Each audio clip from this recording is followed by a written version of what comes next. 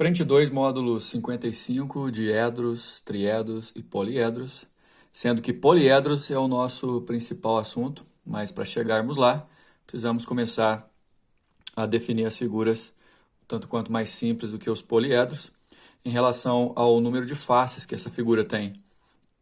Para falar a verdade, a gente já trabalha com alguns poliedros há algum tempo, né? Prismas, paralelepípedos, cubos, pirâmides são exemplos de poliedros. Dois planos secantes, alfa e beta, determinam no espaço semiplanos. Então, quando semi-espaços, desculpa. Quando dois planos se encontram, a gente já viu que o cruzamento de dois planos necessariamente vai ser uma reta, e aí ficam divididos assim, ó, o espaço fica dividido em semi-espaços. A gente chama de diedro a intersecção de dois desses semi-espaços. Esse aqui é um diedro, então, como se fossem duas paredes que se encontrassem aqui. Essa face é uma parede, essa outra face é outra parede. Então, a gente tem um diedro. Esse edro tem relação à face, parede e tudo mais. Nessa figura, os semiplanos alfa e beta são as faces e a reta é a aresta do diedro determinada pela intersecção dos semiespaços e linha. Ou seja, a gente tem que levar em consideração que se você tem duas paredes que se encontram, você tem um diedro. Nessa figura a gente consegue entender mais o que seria o diedro.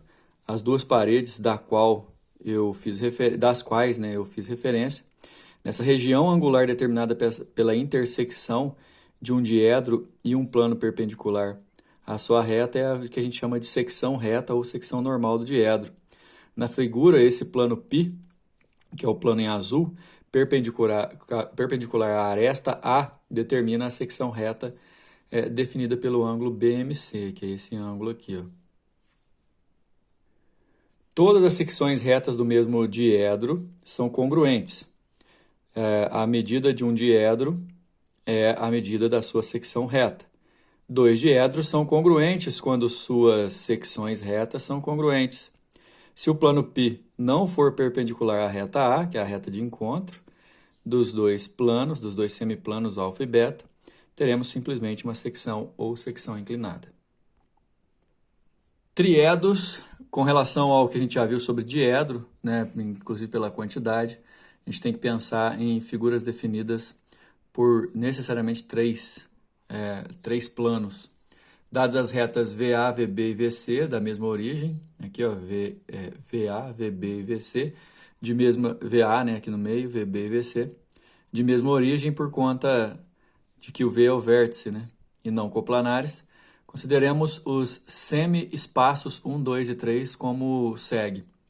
Importante as três retas não serem coplanares, ou seja, não pertencerem ao mesmo plano, por conta da tridimensionalidade da nossa concepção. É óbvio que A e B pertencem ao mesmo plano, B e C pertencem ao mesmo plano, A e C também. Duas a duas retas podem pertencer ao mesmo plano, porém, no caso de formar um triedro, essas três retas não podem ser coplanares. Nesse caso, com a origem no plano BC e contendo VA, com a origem no plano AC e contendo VB, e com a origem no plano AB contendo VC. A gente chama de triedro, determinado por essas três retas, a intersecção dos semi-espaços 1, 2 e 3, que é o semi-espaço do fundo lá, ó, esse semi-espaço da esquerda e o semi-espaço da direita. Lembrando que aqui embaixo, pessoal, ó, esse triângulo aqui, ó, ele é vazado por baixo, tá? As relações entre faces de um triedro é o seguinte: face, lembra, no português claro, são as paredes da figura, formadas pelos semiplanos definidos no encontro na hora de fazer o triedro. Em todo triedro, qualquer face é menor que a soma das outras duas, certo? Assim sendo, F1, F2, F3, as faces de um poliedro, temos que qualquer uma é menor do que a soma das outras duas, e a soma das medidas dos ângulos das faces de um triedro qualquer é 360. É sempre menor que 360, desculpa. Então, não esquece que somando as faces duas a duas, você sempre vai encontrar um valor maior do que a terceira face, que não foi somada. E que se você somar os ângulos das faces, sempre vai dar menor que 360. Em qualquer triedro, a medida em graus de um diedro aumentada de 180 graus supera a soma das medidas dos outros dois. Isso também vale encontrar, porque se você está falando triedro, dentro de um triedro tem um diedro, né? Se você pegar os semiplanos 2 a 2. E aí segue essa propriedade. A soma dos diedros de um triedro está compreendida entre dois ângulos retos de 180 e 6 ângulos retos de 540. Nesse caso, você vai ter essa expressão. Agora, para falar a verdade, o mais importante do módulo, superfície poliédrica. A superfície poliédrica é a união de um número de um número finito de polígonos planos tais que aí você vai ter uma figura fechada, né? A questão do número finito de polígonos convexos, polígonos planos, é que vai formar, cada polígono desse vai formar a parede da figura, a parede da superfície poliédrica, e aí você tem, nesse caso, um poliedro. Dois polígonos que têm um lado em comum nunca são coplanares, e esse lado em comum a gente vai chamar de aresta. Cada lado de polígono está no máximo em 2 polígonos, exatamente essa aresta. Todo polígono tem pelo menos um lado comum com um dos demais polígonos. No polígono, importantíssimo vocês entenderem as determinações. Face, que são os polígonos planos, eu gosto de falar muito, chamar de parede, né? Todas essas paredes são faces. As arestas são os encontros das faces, ou seja, são esses segmentos de reta aqui que eu estou passando o lápis, né? Aqui a gente tem as arestas. E os vértices são os encontros das arestas. Chama-se aresta livre a aresta que é lado de um único polígono. Se a aresta é lado de 2 polígonos, ela é chamada de aresta dupla. Por exemplo, essa daqui é a aresta dupla. Indo direto ao ponto, para a gente não ficar com gastando muito tempo, para a gente ir direto para os exercícios, tem as relações de Euler, na qual a principal é essa, né, que relaciona número de vértices, número de aresta e número de face. Mas a primeira diz que numa superfície poliédrica convexa aberta, né, que é aquela que é como se fosse sem tampa, com V vértices, A arestas e F faces, vale essa definição, essa relação, né, e com o poliedro convexo, a superfície poliédrica fechada, vale essa relação. Muitos de vocês poderão, por exemplo, às vezes também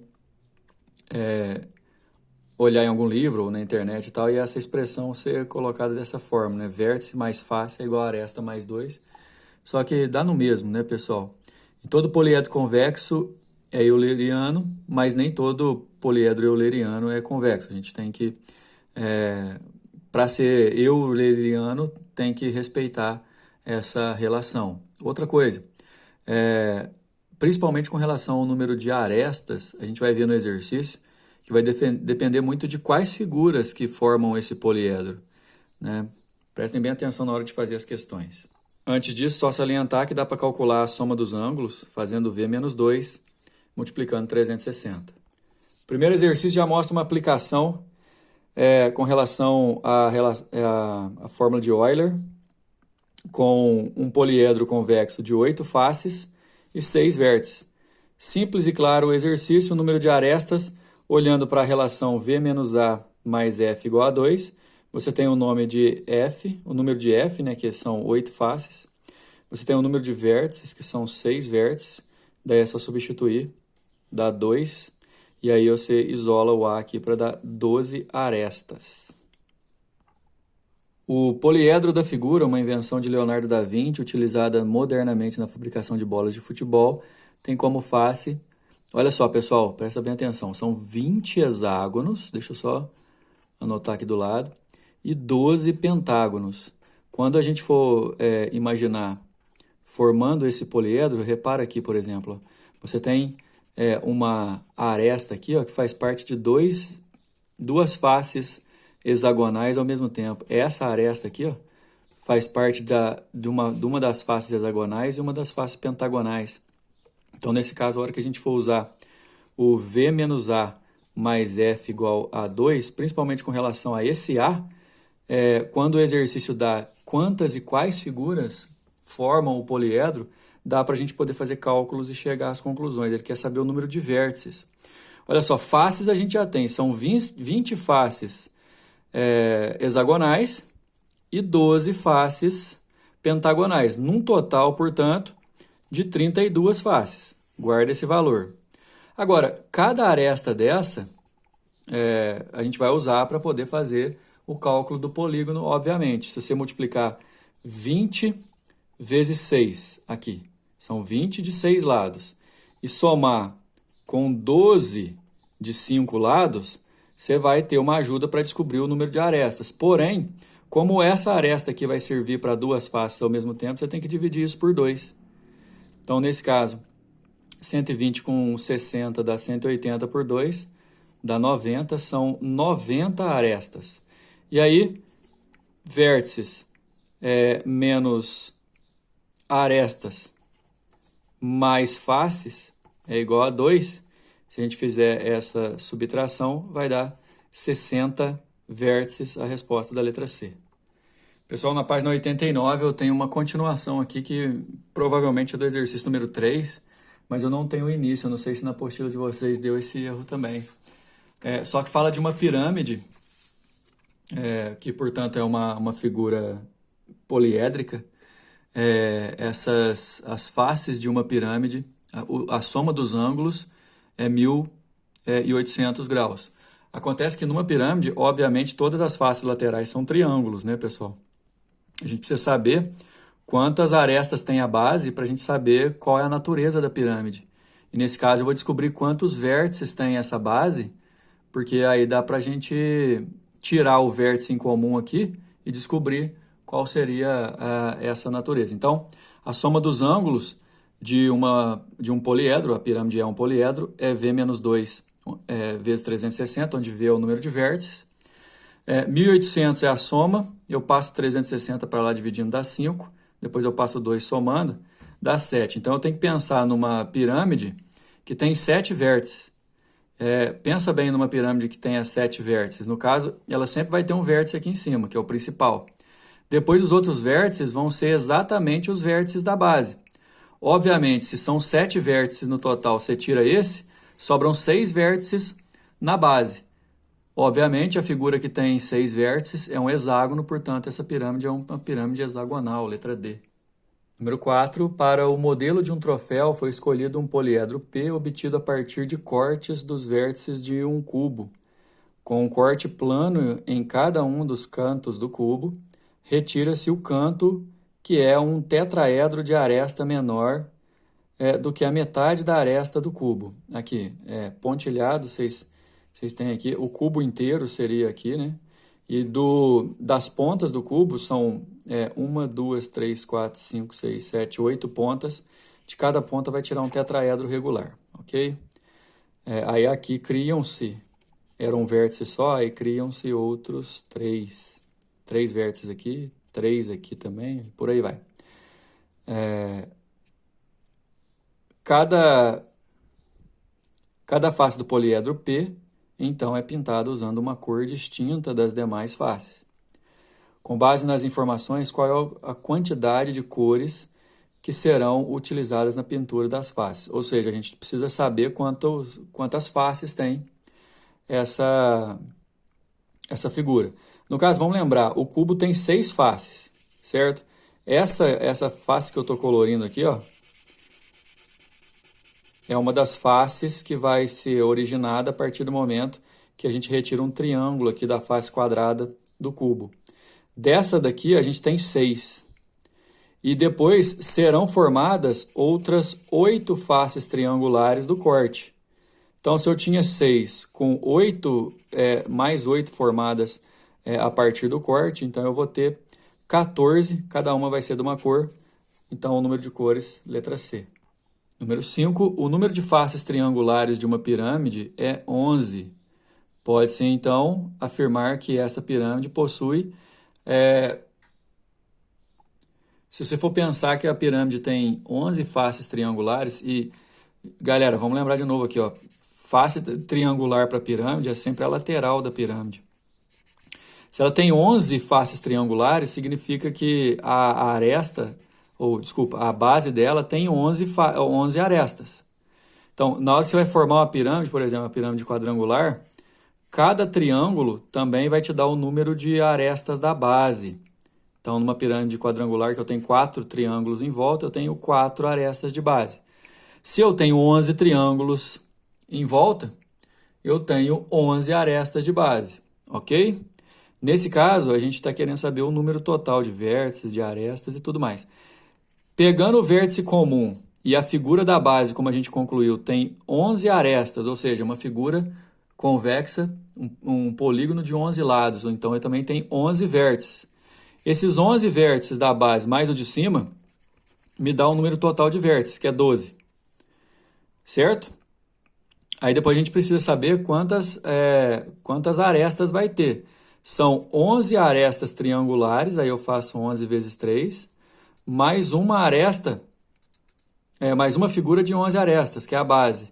Só que a aresta da base também serve como aresta para a face lateral do triângulo, então eu vou dividir por 2 aqui, ó, dá 22 arestas. Então essa pirâmide aí, de base de 11 arestas, eu tenho 22 arestas no total, eu tenho 12 vértices e, portanto, a minha resposta é a letra E, certo? Repara aí que toda vez que uma figura é formada, toda vez que um poliedro é formado por faces que são figuras diferentes, eu tenho que multiplicar o número das faces, o número de face pelo número de aresta que cada uma vai apresentar e somar tudo e dividir por 2, né? Próxima aula a gente vai falar de poliedros platônicos e essas ideias vão voltar. Então, até lá.